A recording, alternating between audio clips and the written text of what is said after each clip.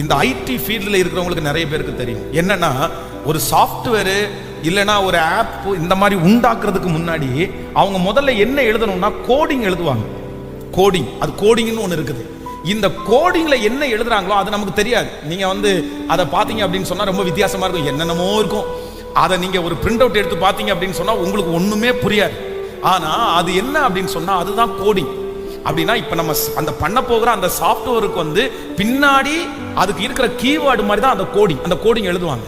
அப்போ நம்ம ஒவ்வொருத்தருடைய வாழ்க்கையிலுமே நமக்கு பின்னாடி ஆண்டவர் ஒரு கோடிங் எழுதி இருக்கிறாரு. ஆனா பிசாசு என்ன பண்றான் அப்படின்னு சொன்னா, நம்ம செய்த சின்ன சின்ன தவறுகளை வச்சு அவன் ஒரு கோடிங் எழுதி இருக்கிறான், அவன் ஒரு கையெழுத்து. அதனாலதான் நீங்க அந்த நிருபத்தில் வாசிக்க முடியும், நமக்கு விரோதமாக எழுதப்பட்டிருக்கிற அந்த கையெழுத்தை குலைத்து, அந்த கையெழுத்தை குலைத்து. அப்ப நான் இன்னைக்கு நம்புறேன், இந்த 12வது நாளில் உங்களுக்கு விரோதமாக எழுதப்பட்டிருக்கிற கையெழுத்துகள் குலைக்கப்படுவதாக.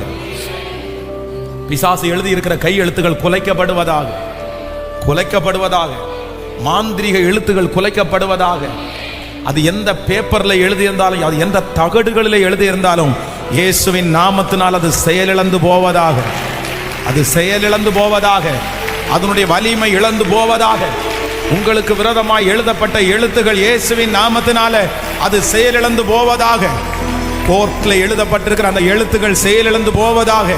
உங்களை பற்றி எழுதப்பட்டிருக்கிற அந்த குற்ற பத்திரிகைகள் இப்பொழுது அந்த கையெழுத்துகள் இயேசுவின் நாமத்தினால ஜெபம் பண்ண அது நடக்குது.